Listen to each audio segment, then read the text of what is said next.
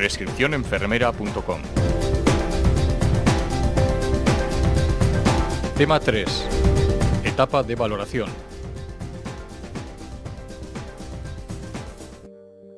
La primera fase del proceso de atención de enfermería se corresponde con la valoración. Esta es el proceso organizado, planificado, sistemático y continuo de recogida de datos objetivos y subjetivos sobre el estado de salud del paciente, familia o comunidad, y las respuestas humanas que se originan ante ellas. La recogida de datos será continua durante todo el PAE, y deberá abarcar no solo la esfera física del paciente, sino también la psicológica, sociocultural y espiritual. Los profesionales de enfermería deben tener una serie de competencias para poder valorar correctamente a un paciente, como son conocimientos científicos, habilidades metodológicas y técnicas, comunicación eficaz, capacidad de síntesis y análisis. Los tipos de valoración. Es fundamental seguir un orden en la valoración con el fin de evitar dejar sin valorar algunas de las esferas anteriormente comentadas. Hay dos tipos de valoración principalmente. Valoración global o inicial. Este tipo cubre todas las expectativas de valoración enfermera con el fin de determinar el estado de salud de la persona, familia o comunidad. Esta valoración se realiza fundamentalmente cuando el paciente ingresa en un hospital, cuando es la primera vez que acude a la consulta de enfermería de un centro de salud o cuando se hace el examen de salud inicial en un puesto de trabajo. Y valoración focalizada o continua. Se centra en situaciones clínicas o problemas de salud concretos. Se realiza de forma continua y sirve para valorar la progresión en la salud de un paciente. Un ejemplo sería la valoración del nivel de consciencia mediante la escala de Glasgow. En función del tipo de valoración, la sistemática podrá seguir diferentes criterios, como por ejemplo, valoración siguiendo el orden de cabeza a pies. En este caso se valoran los diferentes órganos del cuerpo humano comenzando por la cabeza y finalizando en las extremidades inferiores. Valoración por sistemas y aparatos. Se valorarán todos los sistemas del cuerpo humano, pero fundamentalmente la enfermera se centrará en los que estén alterados. Valor según los patrones funcionales de salud de Marjorie Gordon. Gordon creó un método mediante el cual reunía todos los datos necesarios y valoraba al paciente, a su familia y a su entorno de una manera integral e integrada. Las entidades que son valoradas y que guían los diagnósticos son un total de 11 patrones. Valoración según las necesidades de Virginia Henderson. Henderson se centra no solo en el individuo enfermo, sino también en el sano. Su objetivo es que la persona consiga la independencia, ayudándole a satisfacer sus necesidades básicas. Mediante este sistema se valoran las 14 necesidades en que se puede descomponer un paciente. La valoración está dividida en 4 fases directamente relacionadas. Estas son la recolección de datos, validación de datos, organización de la información, registro y comunicación de las conclusiones. La recolección de datos.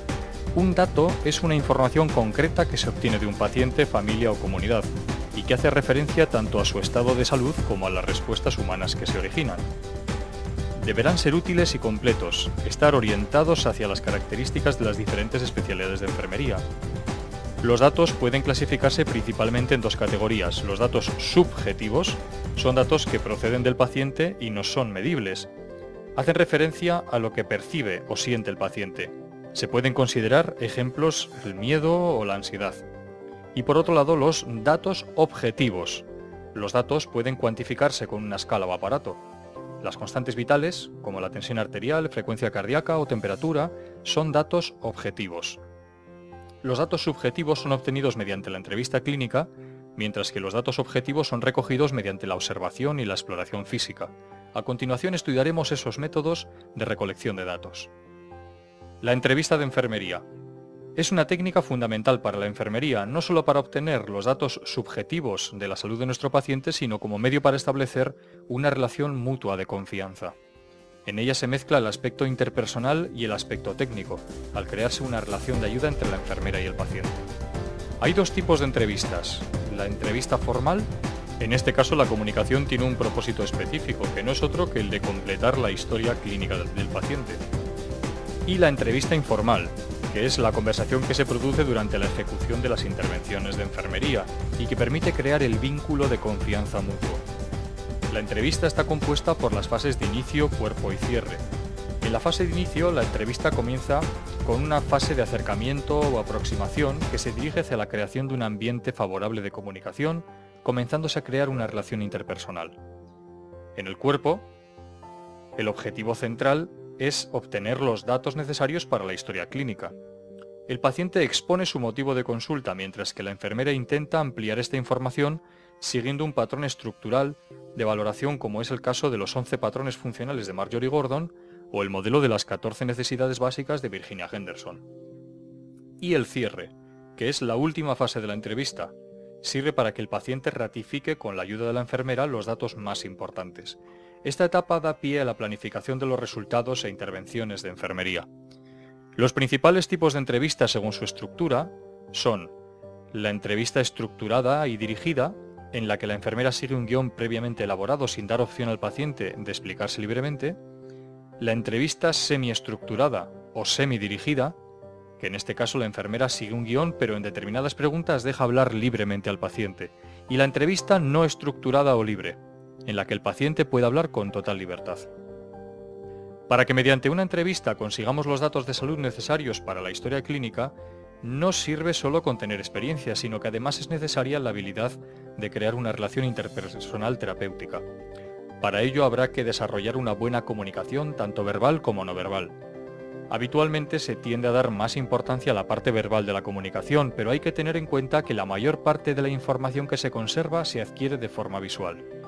La enfermera entrevistadora tendrá que tener las siguientes habilidades: calidez, que es la proximidad emocional entre la enfermera y el paciente, fundamentalmente se adquiere con el lenguaje no verbal, una postura sosegada, el tono de voz bajo, mirada directa. También la empatía. En el caso de la entrevista, la empatía es la identificación mental y afectiva de la enfermera con el estado de ánimo del paciente. No solo basta con ponerte en el lugar del paciente, sino que además es necesario transmitir al paciente esta cercanía emocional.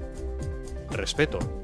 La enfermera debe transmitir al paciente que su problema de salud le preocupa y que siempre se tendrá en cuenta su opinión, a la hora de elegir los resultados que se puedan conseguir, así como también con las intervenciones o cuidados de enfermería a realizar. Concreción, que es la utilización por parte de la enfermera de un lenguaje que sea comprensible para el paciente. Asertividad, entendida como la capacidad de la enfermera de expresar con claridad y libertad su punto de vista sobre un problema de salud del paciente dentro de los límites y contexto apropiado. En términos más comprensibles, la asertividad se puede explicar como decir lo que es correcto y apropiado en un momento determinado, con el fin de evitar un error. La enfermera tiene que aprender técnicas de asertividad, ya que si transmite poca convicción al paciente puede disminuir la capacidad de ayuda. Las siguientes reglas pueden ser de utilidad para realizar una entrevista clínica. Evitar preguntas demasiado generales. No plantear preguntas sobre temas poco comprensibles para el paciente.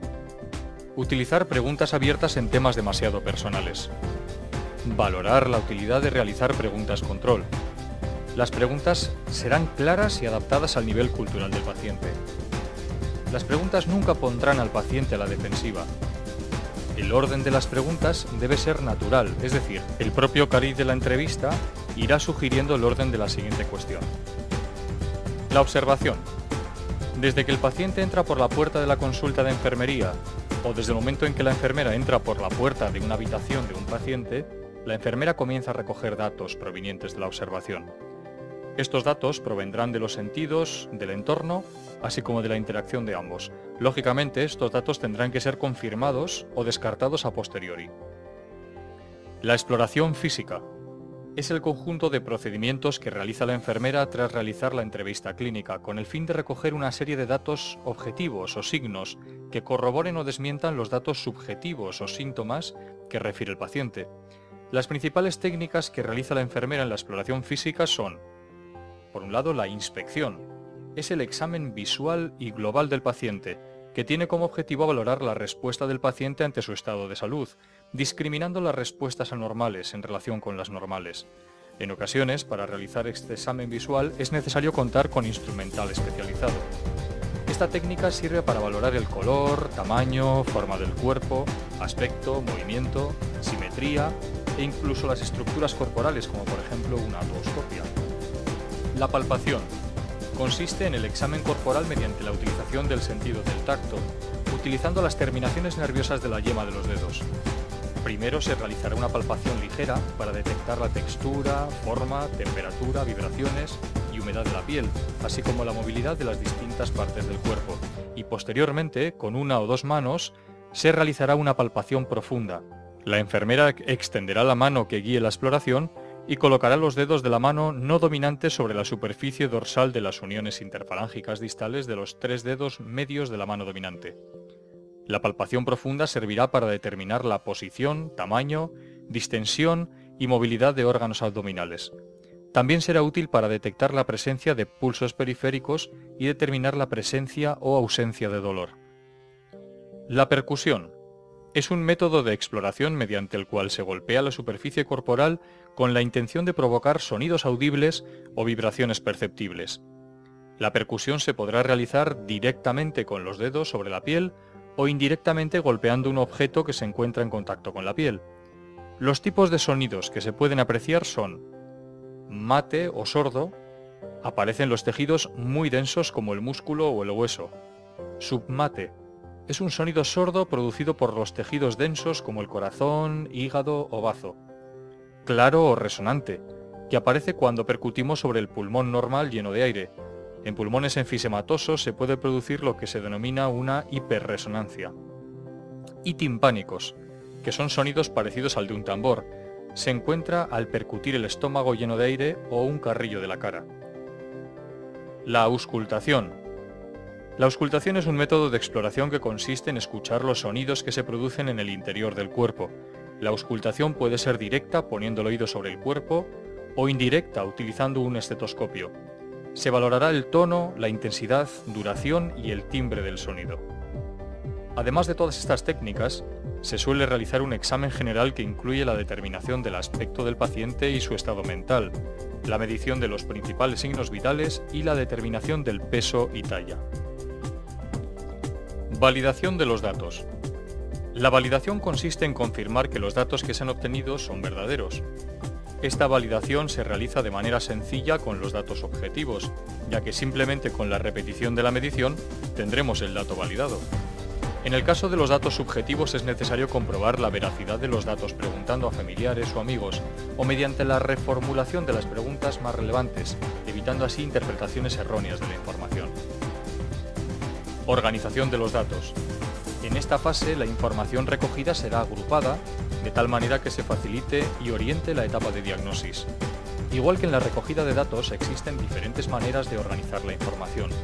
Los sistemas más habituales para organizar la información y que serán explicados en el siguiente apartado son los patrones funcionales de Marjorie Gordon o las necesidades básicas de Virginia Henderson. La organización de los datos nos ayudará a ver qué datos son verdaderamente relevantes y cuáles no. Registro de la valoración. Los objetivos de un registro correcto de la valoración son: el registro es necesario, en primer lugar, como sistema de comunicación entre el personal sanitario. Al comparar la valoración inicial con los resultados obtenidos, se puede determinar la efectividad de los cuidados aplicados. Este hecho facilita la labor investigadora de las enfermeras, así como la correcta formación continua y universitaria. En caso de necesidad, el registro de la valoración y de todo el PAE servirá como testimonio legal. Para realizar un correcto registro de la valoración de enfermería, es recomendable seguir las siguientes normas según Lyer. Los datos deben estar reflejados de manera objetiva, sin realizar inferencias. En caso de incluir comentarios subjetivos del paciente, familia o comunidad, o de la propia enfermera, esta información deberá ir siempre entre comillas. Las interpretaciones que procedan de datos objetivos deben estar basadas en pruebas específicas y concretas. Se debe evitar utilizar términos generalistas como mucho, poco, normal, regular. Utilizaremos términos muy claros y concretos, describiendo de manera meticulosa los datos registrados. Los datos deberán ser registrados en un medio informático o escrito que sea permanente. Se debe utilizar solamente las abreviaturas de uso común. Se evitará cometer errores ortográficos. Aunque las conclusiones serán idénticas, la valoración se podrá realizar en base a diferentes criterios. Por ejemplo, desde la cabeza a los pies, por aparatos o sistemas corporales, por patrones funcionales de salud, los 11 patrones de Marjorie Gordon, o por necesidades básicas, en este caso las 14 necesidades básicas de Virginia Henderson. Los patrones funcionales de Marjorie Gordon. Los patrones funcionales son una serie de comportamientos comunes a la mayoría de las personas que contribuyen a su salud, calidad de vida y al logro de su potencial humano, y que se dan de una manera secuencial a lo largo del tiempo. La ventaja que tienen estos patrones de salud para realizar la valoración del paciente es que puede ser usada con independencia del modelo o teoría de enfermería elegida.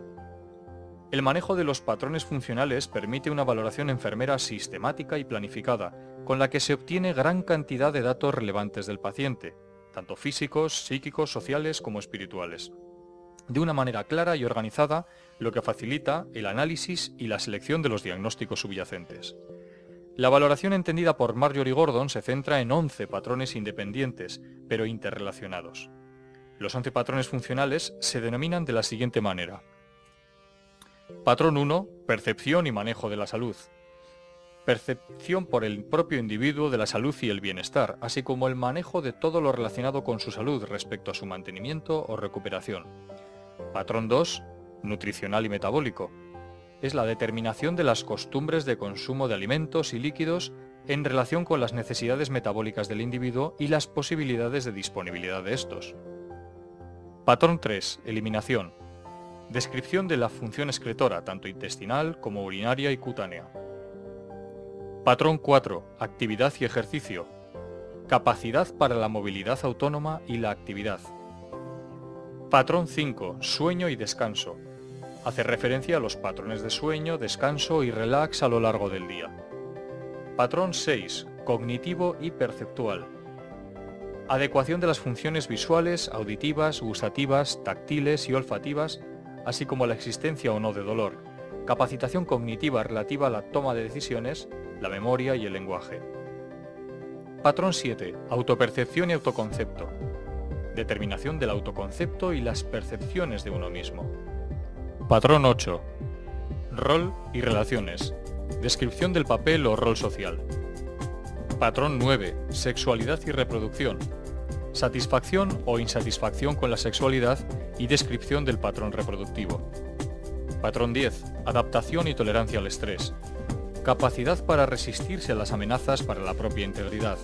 Formas de manejar el estrés, sistemas de apoyo familiares o de otro tipo y capacidad percibida para controlar y manejar las situaciones. Patrón 11. Valores y creencias. Descripción de valores, objetivos y creencias, incluidas las espirituales, que guían las decisiones y opciones vitales del individuo. Necesidades básicas de Virginia Henderson. Virginia Henderson centra su trabajo en la definición de la enfermería y su situación jurídica. Define las funciones y actividades que son responsabilidad de la enfermería. Se ve influenciada por los conceptos fisiológicos y psicológicos del ser humano, lo que le hace que tenga una visión diferente a otros modelos. La función principal de la enfermera se define como ayudar tanto al individuo sano como al enfermo a desarrollar las actividades que él mismo realizaría si tuviera fuerzas, voluntad o los conocimientos necesarios, ayudándole a conseguir su independencia lo más rápidamente posible.